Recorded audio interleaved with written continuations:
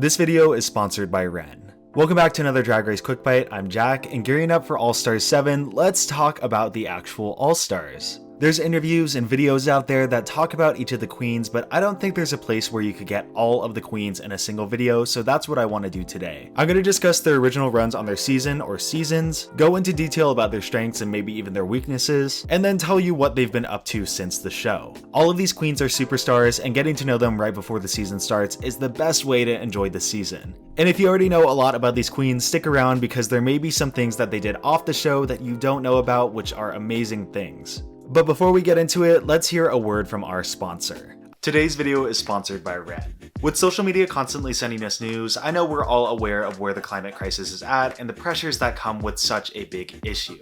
Sometimes it's hard to wrap your head around the scope of something so big and what you can do to help. That's where Ren comes in. Ren is a website where you can calculate your carbon footprint and how to reduce it in your own personal way. By taking a short quiz, you can understand where you're producing a lot of carbon, how you can reduce it, and then it gives you a list of projects that you can contribute to. You can sign up to make a monthly contribution to a project that helps to offset your own carbon footprint. One project that I find extremely interesting is the mineral weathering project in Scotland. It adds crushed basalts into the natural forest lands of Scotland in order to speed up Earth's natural carbon cycle and sequester carbon for millions of years. It's based on a lot of newer research and it shows a lot of promise, so that's what I find so interesting about it. If you're interested, offset your carbon footprint with Ren. The first 100 people to sign up using the link in the description will have 10 extra trees planted in their name. It's such a great website and it really feels like you're making a difference despite the climate crisis just being so big. So check it out if you're interested. Let's get back to the video. I'm gonna go in chronological order based on when they won. So first up we have Raja. Not the one I talked about last, you know what I mean. Raja was the original fashion queen, giving us some of the best looks of the show up to that point. They were always so polished, well thought out, creative, and nothing that we've really seen before on the show. She has one of the best model walks we've seen, taking over any space she walks into. Look at season 11 for example. Her time on the show was extremely dominant in all the fields you expected her to be dominant in. There were a lot of design challenges on season 3, and that's not a knock to Raja's win at all, but she did so good in all of them, and it was really fortunate that they had so many. So many queens on season 3 were so good at design challenges, and Raja was at the top almost all the time. And her strengths don't stop in being an insanely good designer and model. Raja did great in multiple performance-based challenges with both singing and comedy. A lot of her strength stems from a natural confidence that a lot of the all-winners have. But with Raja, this confidence has been reinforced after years and years in the business before Drag Race. Before Drag Race, Raja was already very established and had a ton of things on her resume. The only thing she had to prove on her show was the talents to back up her resume, and she completely did that. She created some really great TV with all the shady moments on her season, so I'm excited to see how that transfers here because I think she's going to take on a much more auntie role like she said. Aside from some killer runways, which I know we're going to get, the big thing that I want to see Raja do is excel in an acting challenge. She did okay in the acting challenges on her season, but I feel like they've really transformed since her time, so seeing how she can kind of jump around that and get to the same campy level as some of these other queens will be really interesting to watch. She worked as a makeup artist on America's Next Top Model for 4 years before her time on Drag Race. And her time after the show has been really prominent as well. She's still extremely close to WoW, being on Fashion Photo Review each and every week, which is basically her spot and her spot only. She's appeared on The Simpsons, made music. She's really done everything she's put her mind to, and I respect the hell out of it. Raja is basically the full package when it comes to being professional, being successful, and I just think that introducing herself to a new audience that doesn't really watch Fashion Photo Review is going to be so exciting because people are going to fall in love with her. Up next, we have Jinkx Monsoon. We all kind of know it, Jinkx had one of the best storylines to ever grace our screens. They've said it themselves, the edit was very much skewing reality, but it does not change the fact that this was so entertaining. Again, not knocking Jinkx's win whatsoever, but season 5 had a lot of performance-based challenges and that's what they excelled in. Jinkx at one point held the record for the longest streak of high placements or wins in the entire Drag Race franchise, and yeah, their track record is just so good. Jinkx is definitely known for their performance as Little Edie in Snatch Game, kind of revolutionizing the whole thing.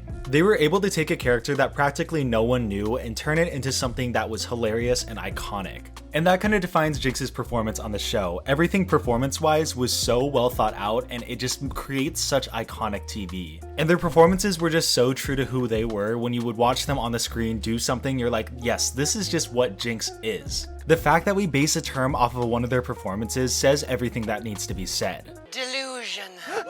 Convince yourself.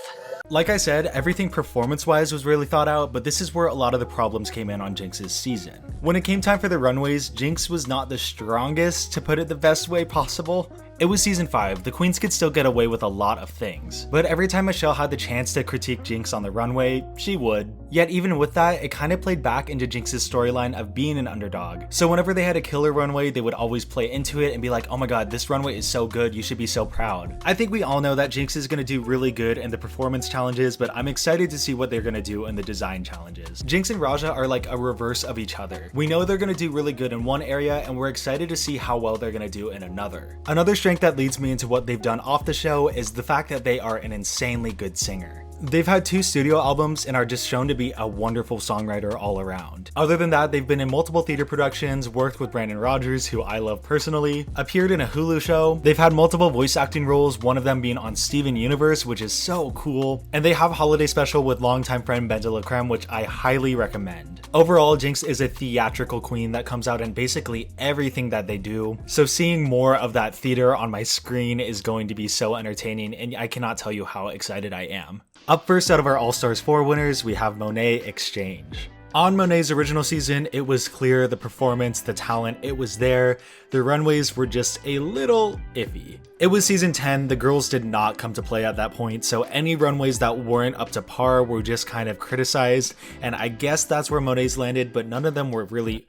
Okay, well, that, you know, anyways, she has such a warm charisma that makes her excel, or at least pushes through every challenge that she's in. On season 10, her and Miss Cracker always had a very much always the bridesmaid, never the bride storyline, where they would always be so close to a win, but someone would be slightly better due to most likely a runway, or just barely outperforming them. Similar to Jinkx though, I feel like Monét had a plan for every single performance that she went into, and it allowed her to be so successful and come back for All Stars. All Stars 4, Monét was fully realized. She kind of just came off her season, but her runways were already so much better. I mean, come on, look at the angelic white look, that is amazing. All Stars 4 showed everything we loved about Monét and just cranked it up to 11. Anything she was expected to be good at, she obviously did amazing in, and even the things that were kind of iffy going in, she still did pretty great. There was that one slip up in Snatch Game, but we saw her do great in it on season 10, so I feel like it was just an off week for her. Overall, I think it's really interesting to see All Stars winners back for All Stars 7 because it's going to be an interesting amount of growth that they're going through because they were already polished going back to All Stars, so coming back for another season, it's going to be an interesting transition. To me, I feel like though Monét on her time on All Stars 4 was already insanely polished, really funny, I think it's only grown even more. We knew and she knew exactly what she was good at, but coming off of her season, it was still so new. So since then, she's been tested and had so much success with projects out in the real world. So I think coming back to something like this, she's gonna be dominating the competition. And I can already tell this because the mug and the style has improved in areas that I didn't even really think that she could improve in, but it's just so good now. So let's talk about the projects that she's had in the real world. Obviously, I can't go any further without bringing up Sibling Rivalry. It's a podcast that she hosts with Bob the Drag Queen where each week they kind of butt heads and just have a really good time. The podcast has been nominated for multiple awards, rightfully so. In addition, she actually has a second podcast with Lady Bunny called Ebony and Irony, which is also extremely entertaining and they bounce off of each other so well. She just hosted the pit stop for season 14, so she still has a really good relationship with WoW. She hosts her own build series show called The Exchange Rate, which I'm pretty sure is on hiatus right now. She's made music, done some voice acting, been in theater productions, gone on tours both affiliated with WoW and not. You name it, she's probably done it. Monét is a personal favorite of mine, and I'm expected to see her do really well in this competition. Next, we have Trinity the Tuck, and I'm not going to mention the Reddit thing, you can go find that somewhere else. I'll just get the slight negativity out of the way. Trinity used to be a fan favorite, but some of her behavior online after her win kind of left a poor taste in the mouth of some fans. On her original season, she had a really interesting storyline of being a pageant queen who found out she was really funny. There were multiple instances where she was able to excel at challenges she wasn't expected to excel at, and it overall created a really fun narrative for Trinity. I think a big thing she took away from season 9 is that small details in performances matter a lot. It seems like she would always take a really big risk for her performances, sometimes it would pay off and others it wouldn't, but with just a little bit of tweaking, she could really excel excel later on, and that's what we got in All-Stars 4. Trinity really dominated the competition in All-Stars 4, giving us versatility all around. Aside from flopping in the roast again, every other performance that Trinity had was great. Not to mention, being a pageant girl, her runways and looks were always so polished. There were some great looks on season 9, but being such a look-oriented queen for so long, she was able to look at herself on TV and be like, okay, I have money now, let's see what I can do, and she did it. She really did it. All-Stars 4, we saw her focus even more on the details, giving us more nuances in performances, but I feel like she could go even further with that, and hopefully we get that this season. I'm expecting some really great looks as well, and I think she's just going to be a really consistent competitor over the course of the season. As for things she's done off the show, she's gone on multiple tours, has another album, which is funny because I think every queen on this list has made music. She came back as a mentor in Secret Celebrity Drag Race, played a featured role in Taylor Swift's music video, and of course appeared on Botched. Up next, we have season 11's winner, Yvie Oddly. Yvie had one of the most interesting runs on her original season, being this brutally honest hero who's kind of an oddball, an underdog, just a lot of different packages wrapped up into one. She's the only queen on the list to have only one win, but her track record is still amazing regardless. She's one of my favorite types of queens because you never know exactly what she's gonna do. And I think going into an all-winner season like this, we need that type of talent, so I'm so excited to see what she has to do. She is a wacky and wonderful performer who always played to her own strengths and had one pretty bad slip up in Snatch Game, so it's going to be interesting to see what she does now. Her looks on season 11 were some of the most creative of the show, and they were already teasing that she's done a lot of crazy stuff this season, so I am excited. I think out of every contestant that's on All-Star 7, Yvie is the most wild card out of all of them, because like I said, you never know exactly what she's gonna do next. I just hope we still get that brutally honest queen that's not going to hesitate to call someone out, because in an all-winner setting, that's going to be so cool to see. As for everything that she's done off the show, she's made music. Again, her music is really, really good though. And she had a very big featured role in the Vegas Review and the Vegas Review TV show.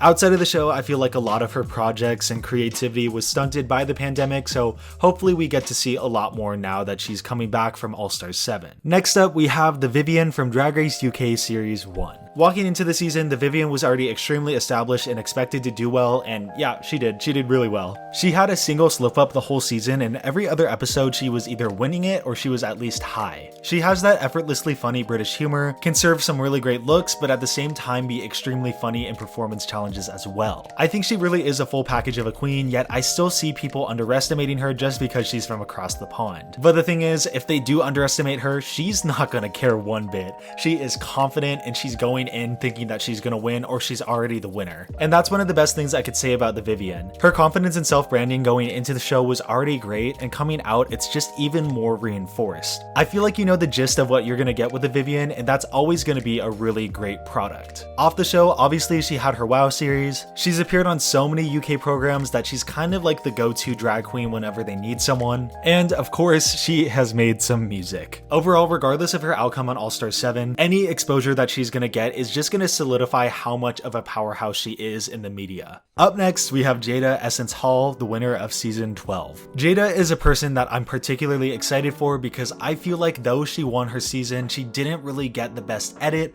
which makes me so upset. Obviously, season 12 had a lot of underlying issues, you can go watch my video on that, but I feel like Jaida was under-edited so much on the season that we didn't get a full backstory, and that's what I'm craving so much. Having that little bit of backstory is something that I really want in order to fall in love with her even more. Regardless, I am so happy that she won season 12. She is so talented, so funny, so beautiful. The polish of her going into the season was already so apparent. She's another one of those queens to have a confidence that's gonna push her through a challenge regardless of what it is. She faltered in just as many performance challenges as she excelled at, but with every mistake she learned to roll with the punches, and I think that's what makes her such a wonderful winner. I'm excited to see some amazing fashion once again, and Jaida is a smart performer like I said, so I know that any performance issues that she may have had in the past are probably squashed and she's gonna kill it. It sucks because she deals with some doubts about her win. We saw this in the EW interview. You said before that you didn't always feel like fans necessarily held your victory in the same regard as other winners. After winning my season, there was a lot of the fans who were upset that I had won the show. It did feel a little weird for me, but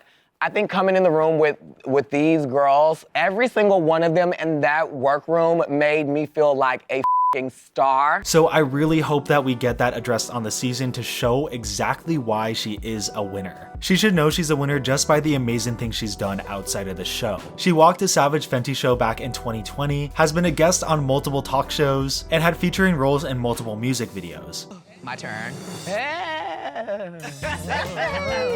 Not to mention also being one of the main performers in the Vegas review, just like Yvie. Jaida is a winner, and I am so excited to see her solidify that status on this season. And finally, we have the winner of All Stars 5, Shea Couleé. Everyone knows Shea's storyline like the back of our hands, but just in case, I'll catch you up. Going into the finale of season 9, she had 4 wins under her belt, being an absolute powerhouse. Every episode, regardless of what the challenge was, she was able to serve a confidence that just showed off so much of her talent. She was already the full package on season 9, being able to serve comedy, looks, and just full-on intelligence for everything that she did. Again, like Jinkx and Monét, the thought behind her performances were always so apparent. She had a game plan, and she knew that she didn't have to stray at all because the game plan was gonna make her win. And then the rose petals fell, and we fall into a different timeline. After what happened in season 9, we knew that any All-Star season that Shea walked into, she was probably gonna win. So when we get to All Stars 5 and she does insanely well in the competition, we're like, yes, that makes sense. This is the talented, amazing queen we know.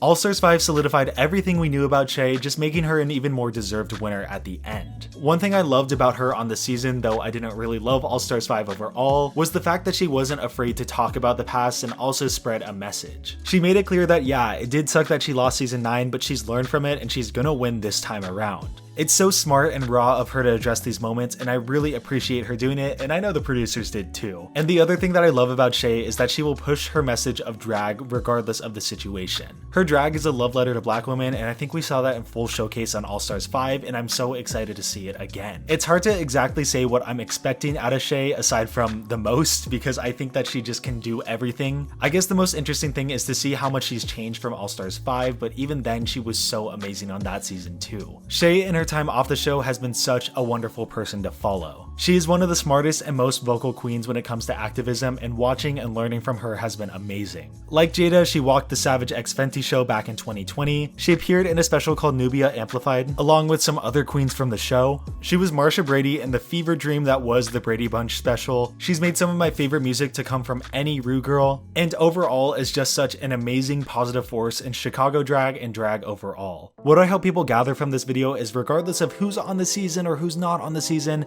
every single winner has shown so much talent, and having any of them back is going to be so fun to watch. You really got to realize how special this is that they got so many winners back in the same room, and they're all here to compete once again. After the cast reveal, I was just like thinking for a week, like, oh my god, I am so excited to see what Yvie does. Oh my god, Jaida is back on my screen. This is so amazing. Like, this is so cool, and I hope that everyone is appreciating how amazing it is. I know, yes, they are competing for a crown once again, but I really think that this is just a victory lap for each of these winners, and hopefully they all walk away feeling very satisfied. And that's it for this video. I have a new video coming out on the day of the premiere, so hopefully you'll check that out. It's gonna be a wild ride, guys. I hope you give all these queens the love that they deserve. Thank you guys so much for watching the video. I hope you enjoyed it. Once again, thank you so much to Ren for sponsoring this video. If you're interested, link in the description.